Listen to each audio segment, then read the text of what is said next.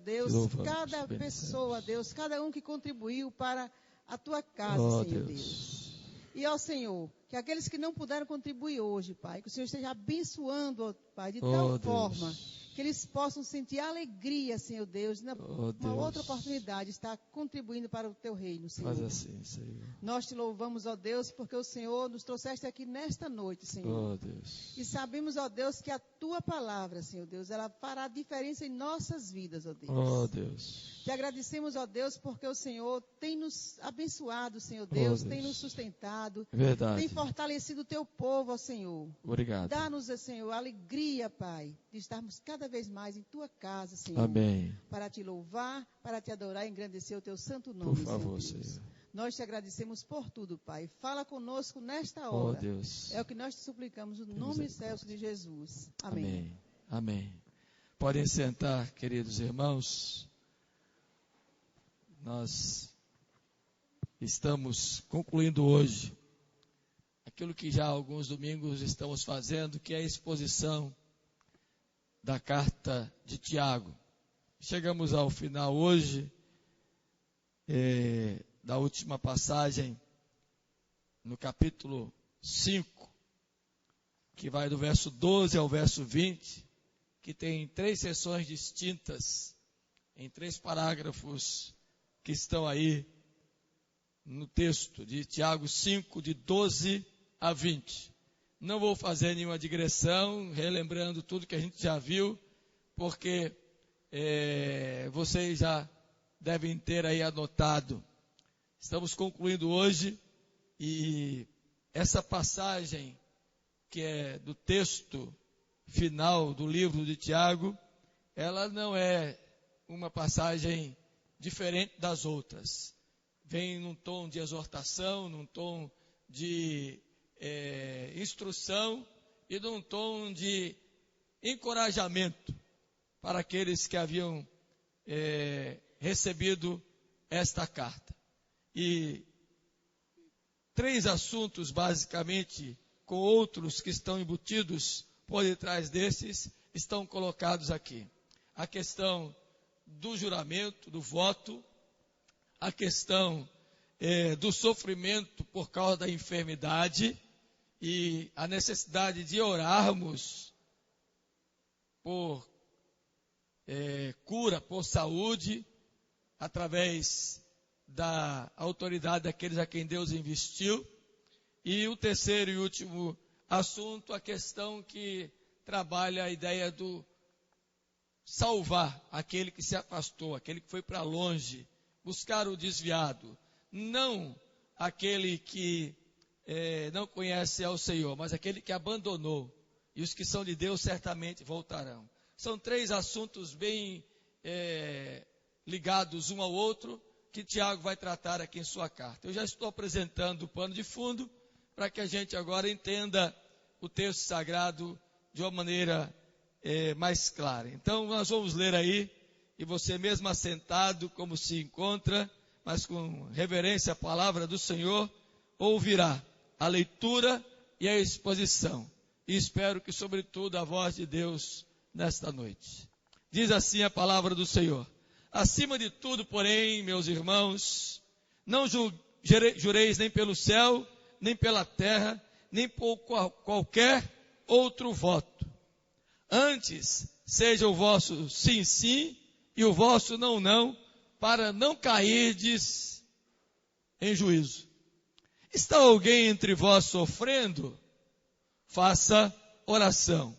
Está alguém alegre? Cante louvores. Está alguém entre vós doente? Chame os presbíteros da igreja, e estes façam oração sobre ele, ungindo-o com óleo, em nome do Senhor. E a oração da fé salvará o enfermo, e o Senhor o levantará. E se houver cometido pecados, ser-lhe-ão perdoados.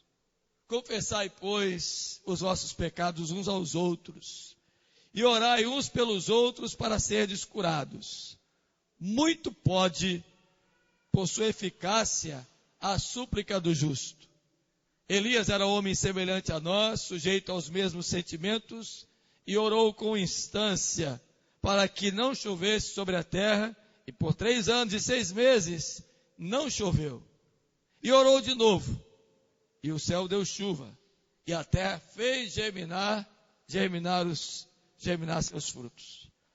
Meus irmãos, se algum entre vós se desviar da verdade, e alguém o converter, sabei que aquele que converte o pecador do seu caminho errado, salvará da morte a alma dele, e cobrirá multidão de pecados. Amém. Curva sua cabeça. Ó Deus, estamos mais uma vez diante da Tua palavra. E mais uma vez com a responsabilidade de ministrar o ensino das Escrituras. Ajuda-nos, Senhor. Dá-nos fidelidade a essa doutrina.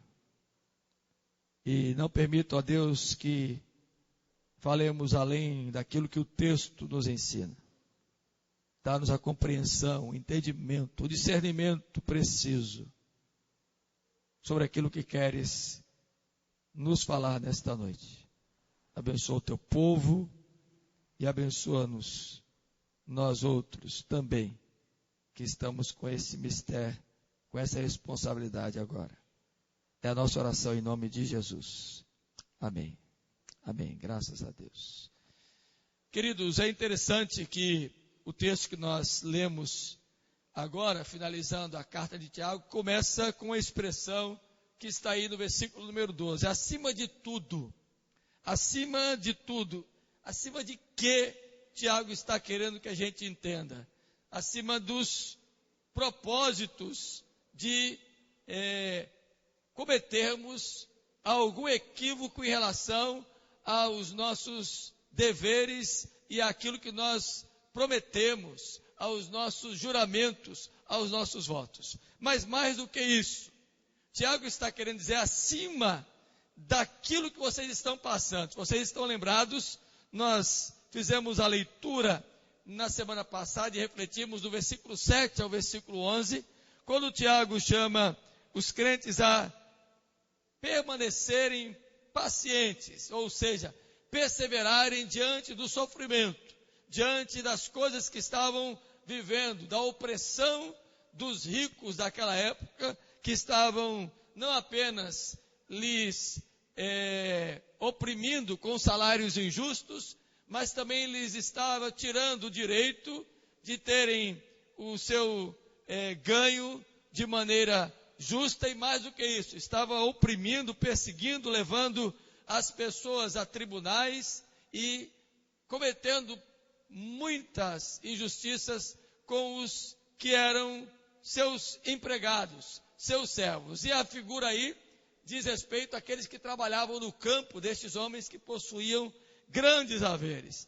E nós vimos aí na semana passada que Tiago diz: olha, vocês, diante desse sofrimento que vocês estão vivendo, lembrem-se que o Senhor Jesus está às portas, e assim como o lavrador aguarda pacientemente a colheita, vocês aguardem a volta do Senhor Jesus, alimentem o coração de vocês, fortaleçam o coração de vocês com essa perspectiva, com esta verdade que o Senhor está voltando, e não vivam se queixando nesse tempo de dor, de sofrimento, de pesar, de escassez, de falta, de perseguição, de opressão por conta desses homens mais ricos, por conta da sociedade que lhes impõe esse sofrimento, por causa daquilo que vocês estão vivendo de maneira atribulada. Pelo contrário, tome o exemplo dos profetas que sofreram antes de vocês, mas que se mantiveram firmes, não abandonaram aquilo que criam, não abandonaram a fé no Deus que pregavam e não se afastaram das promessas do Senhor, mantiveram-se firmes mesmo diante do sofrimento.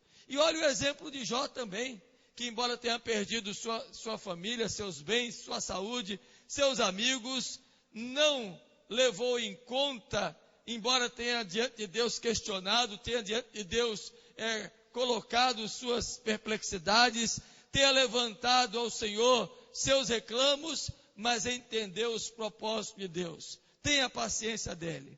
E aquela paciência que nós vimos é a paciência da persistência, da perseverança. Não meramente, somente a paciência que devemos ter também no nosso dia a dia, em várias situações da nossa vida. É bom exercitarmos a paciência. E alguns são mais e outros são menos pacientes, né? Eu mesmo tenho que trabalhar muito em minha vida, eu disse a semana passada, esse lado do saber esperar uma fila, o saber esperar um resultado de um exame, o saber esperar uma consulta médica, o saber esperar alguma coisa. Mas não é essa paciência que Tiago está falando. Ele está falando de persistir firme com o Senhor na hora do sofrimento, na hora do pesar. E é esta paciência que nós temos que exercitar. Então Tiago, tendo isso em mente, diz, olha, acima de tudo isto, então, vocês, porém, olha, uma conjunção aí que aparece de forma adversativa, vocês, irmãos, por favor, não jurem nem pelo céu, nem pela terra, nem por qualquer outro voto, antes seja o vosso sim, sim, e o vosso não, não, para não cair em juízo. Aí vem aqui a primeira lição que Tiago nos traz, que é não sermos precipitados em nossos votos, em nossos juramentos. Isso é muito comum, e eu vou lhe dizer como é que acontece. Via de regra, as pessoas quando estão passando por momentos difíceis, por situações de transe, por perplexidades agudas, seja em qualquer área, em qualquer momento, muitos, às vezes, se aproximam de Deus e prometem alguma coisa. E naquela hora do aperto, dizem, ó Senhor, se o Senhor me livrar disto, se o Senhor me conceder aquilo outro, se o Senhor me abençoar com aquilo que eu estou precisando, prometo, Senhor, que vou fazer isso, aquilo ou aquilo outro. Isso é muito comum e estava acontecendo na época em que Tiago escreveu a sua carta. Diante daquele pano de fundo que nós vimos, de muitos sofrendo e não tendo como obter o resultado do seu trabalho, pelo contrário, sendo tratados injustamente pelos seus senhores, e ainda sendo lhes tirado o direito daquilo que eles escolhiam, era muito comum prometerem alguma coisa, como de vez em quando as pessoas fazem. Estou já nesta vida pastoral há algum tempo e tenho visto isso acontecer em muitas ocasiões. Geralmente, quem está desempregado, olha o que eu vou dizer, é um exemplo do nosso dia a dia. Já tive a experiência de ver pessoas aqui terças e quintas nos cultos de oração, de estudo bíblico, na reunião de escola dominical, nos cultos dominicais, estavam precisando que Deus lhes abrisse a porta de emprego. E geralmente as orações, nas reuniões de oração, era assim, Senhor, se o Senhor abrir portas de emprego, etc, etc, e prometiam muitas coisas.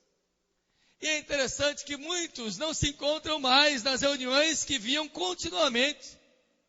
Quando estavam precisando, pediram e prometeram. Agora que receberam, não cumprem. E não precisa a gente entrar aqui em juízo, porque o juiz é Deus. Ele mesmo sabe quem foi precipitado ou não no seu voto. Eu estou dando um exemplo prático, um exemplo do momento. Assim como tem pessoas que dizem assim, ó Senhor, se eu conseguir um marido crente,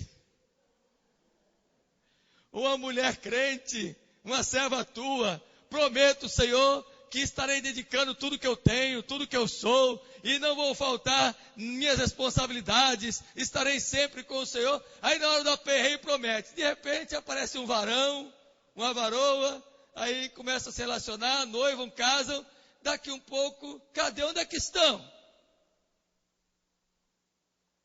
Então, nós temos que ter muito cuidado com os votos que fazemos. A advertência de Tiago é esta, não seja precipitado, não prometa na hora da dor, do sofrimento, aquilo que você sabe que você não conseguirá cumprir. Pelo contrário, antes seja a tua palavra sim, sim, não, não. Você já deve ter conhecido alguém que prometeu mundos e fundos, só Senhor, nunca deixarei. E olha gente, nós somos fracos. E esse negócio de dizer nunca deixarei é meio complicado. Negócio nunca, sempre. Quando a gente coloca as nossas promessas com base nessas coisas, corremos um sério risco de não conseguirmos cumpri-las. E Tiago nos adverte. Então, acima de tudo, na hora do aperreio, não sermos precipitados. As aflições daqueles cristãos poderiam ser motivos que estavam eles sendo tentados a prometerem, a jurarem precipitadamente. Prometer o que não vai cumprir. Eu sei que você sabe. Já que a vida diz assim. É a letra de uma canção que eu não vou dar o restante da letra. Mas eu sei que você sabe do que eu vou dizer. Geralmente, dia 31 de dezembro de todos os anos, especialmente os cristãos e até aqueles que não são, gostam de estar num culto ou em alguma experiência do tipo, e são findas promessas naquele dia. Este ano, Senhor, vai ser diferente. Prometo a Deus que em 2014 tudo vai ser diferente. E aí é uma lista de promessas sem fim. E se o ano terminasse aí, começasse o outro no outro dia, e fosse só um dia, eu acho que dava para cumprir tudo o que prometeu. Mas o problema é o depois, é a continuidade. Então, Tiago está advertindo, olha irmãos, vocês estão passando por esse grande problema de sofrimento. Não sejam precipitados em prometerem alguma coisa a Deus para se livrarem dessa situação. Tenham muito cuidado, porque Deus é quem vai estabelecer o juízo. Não sabemos aqui que tipo de juízo é o que Tiago está querendo falar.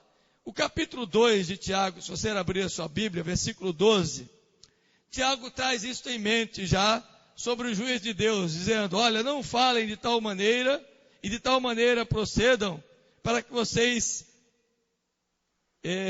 entendam que hão de ser julgados pela lei da liberdade. No capítulo 3, versículo de número 1, Tiago fala novamente de juízo, diz, olha meus irmãos, não vos torneis muito de vós mestres, sabendo que havemos de receber maior juízo. E no capítulo de número 5, versículo 9, ele novamente traz essa mesma figura do juízo. Irmãos, não vos queixeis uns dos outros para não serem julgados. Eis que o juiz está às portas. E agora, ao finalizar, no capítulo 5, versículo de número 12, ele novamente traz essa figura. Não entendemos, Tiago não deixa claro que tipo de juízo é este aqui. Mas sabemos que Deus estará estabelecendo o seu julgamento para aqueles que são precipitados em prometerem coisas que não vão cumprir. Então tenhamos muito cuidado. O Senhor é justo juiz. E ele usa a expressão para fortalecer a sua ideia, dizendo, seja antes o vosso sim, sim, e o vosso não, não, para não cairdes em juízo. Está em consonância com o ensino de Jesus. Abra sua Bíblia aí em Mateus, por favor, capítulo 5. E olhe só o versículo 36 e o versículo 37. Mateus, capítulo 5, versos 36 e 37. Observe se Jesus já não havia ensinado a respeito disso, quando no contexto do Sermão do Monte também ele fala sobre os juramentos. Não jures pela tua cabeça, porque não podes tornar um cabelo branco ou preto. Seja, porém, a tua palavra sim, sim, não, não. O que disto passar, vem do maligno. Tanto Tiago, quanto o ensinamento de Jesus, é uma advertência para que nós possamos ser verdadeiros naquilo que nós prometemos. O ensino de Tiago aqui é algo muito interessante. Assim como o ensino de Jesus, Tiago toma emprestado para dizer que a falta de verdade, a falta de comprometimento naquilo que nós falamos, a falta de transparência naquilo que nós prometemos e precipitadamente dizemos que vamos fazer e depois não fazemos, é algo que procede do diabo. Procede do maligno. E em João capítulo 8, versículo 44,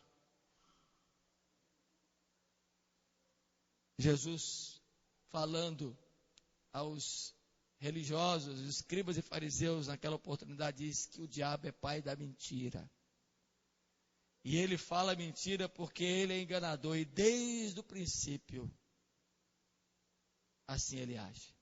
Então a advertência de Tiago aqui é: tenhamos cuidado para não sermos mentirosos, falsos, em nossas promessas, em nossos votos, em nossos juramentos. Amém? Agora mesmo, não vou citar, mas vou apenas quem nem o que, mas conversávamos aqui ainda há pouco, eu disse, vou falar sobre isso hoje. Uma pessoa que fez um voto a Deus e cumpriu hoje este voto. Na primeira oportunidade, daquilo que havia prometido, cumpriu. Glória a Deus por isso. E houve emoção. Me emocionei com ele. Porque esta é a verdade. Aquilo que a gente fala e diante de Deus promete fazer, não podemos deixar de cumprir. Quem assim faz, está recebendo e receberá o juízo de Deus. Então, primeira lição que Tiago nos dá aqui: não sejamos precipitados em nossas promessas. É melhor não votar do que votar e não cumprir. E aqui eu poderia abrir o leque de muitos assuntos em relação à própria profissão de fé. Quando a gente promete tantas coisas naquele dia solene de nossa recepção. E às vezes já muito abandonamos de cumpri-las. Cuidado, essa é a advertência. Segunda lição que Tiago nos traz aqui, nesta noite, está aí no versículo de número 13 e 14, que é o buscar a Deus em oração. Quando? Quando estiver alguém sofrendo. É interessante que 3 perguntas são colocadas nesses 2 versículos aqui. E elas vêm com respeito tanto a quem ora, como a quem está pedindo a oração, salvará o enfermo. Esta é a ideia. Sabe por quê, irmãos? Tem muita gente hoje fazendo de cultos públicos cerimônias de cura. E isto não é bíblico. E mais, usam objetos e colocam o poder, inclusive, em óleo, e isso traz para a mente e para o coração das pessoas um misto de superstição religiosa e crendice com aquilo do que Deus é e pode fazer. Então está alguém doente, como lidar com a enfermidade? Chame os presbíteros, chame o pastor, chame algum presbítero, peça para que ore por você. Não precisa isto ser trazido em culto público, como já aconteceu aí. Inclusive, há uma carta circulando pela internet de um dos líderes de uma dessas igrejas, pedindo para que as pessoas assinassem um papel e seriam beneficiadas com algum recurso numerário para irem a determinadas reuniões, dizerem que foram curadas naquela reunião. Então, usam muito isto. Tiago está dizendo, olha, o meio correto de lidar com a enfermidade não é este. Primeira coisa, você deve orar e aprender a lidar com ela. Segundo, chamar a quem você pode confiar para orar por você. E a unção com óleo aqui, queridos, não é na Bíblia, não existe no ministério de Jesus e nenhum ensino apostólico, a não ser a citação aqui de Tiago, conquanto no Velho Testamento a unção com óleo fosse usada para consagrar reis, para trazer autoridade para algumas pessoas, o óleo era usado também para a candeia, o óleo era usado para muitas coisas. Só Tiago menciona aqui. O que a gente tem que aprender é que não é no óleo que está o poder sanador. Está no Deus, o Yahvé Rafa, que responde à oração da fé e cura o enfermo. É esse o entendimento que eu e você precisamos ter. A oração oferecida a Deus. E a iniciativa é do enfermo. Não é do líder que tem que ir lá ungindo. É quem precisa que deve pedir a oração. E esta oração da fé salvará o enfermo. E tem algo que eu e você precisamos aprender aqui ainda. E os seus pecados serão perdoados. Versículo 16.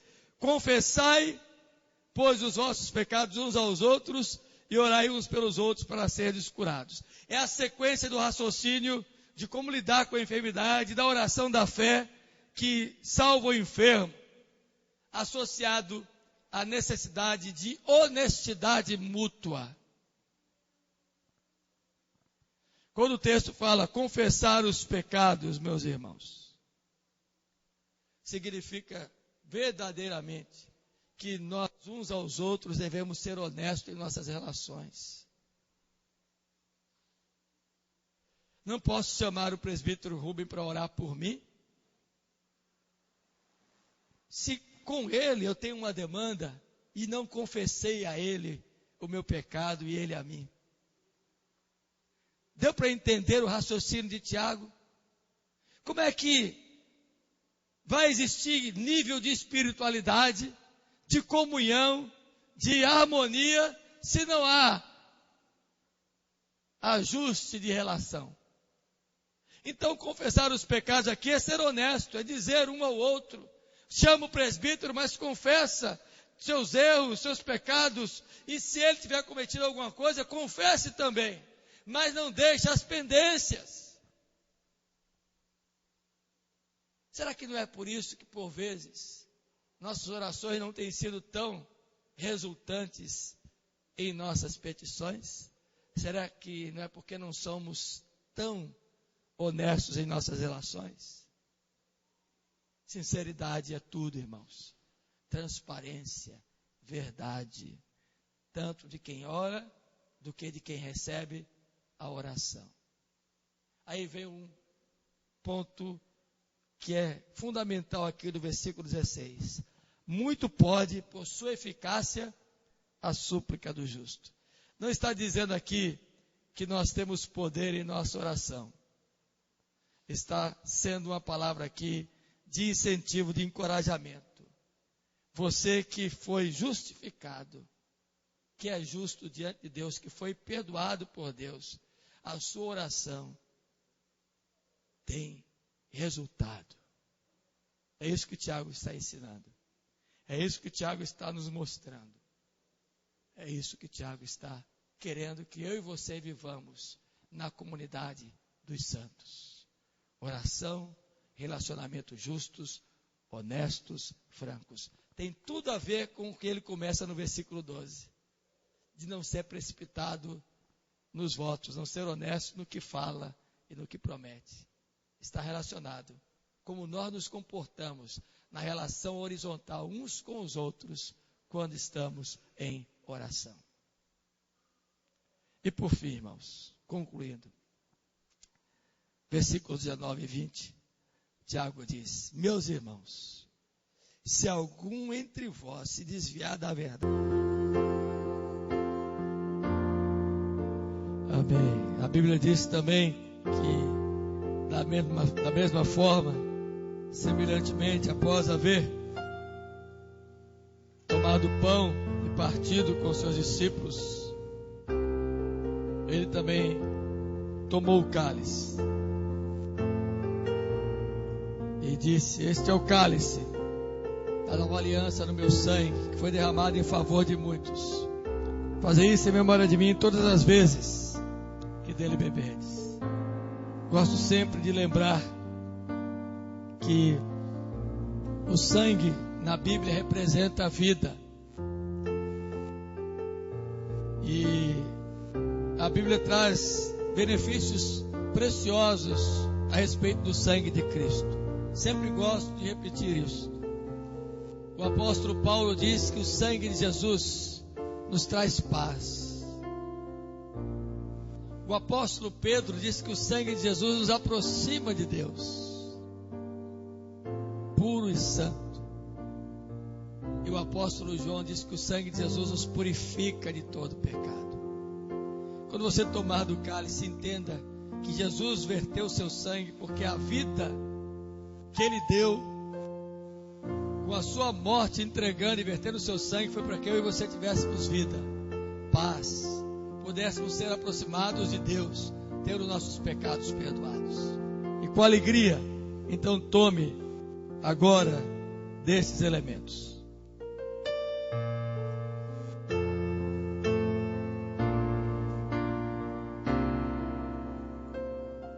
Bem mais que as forças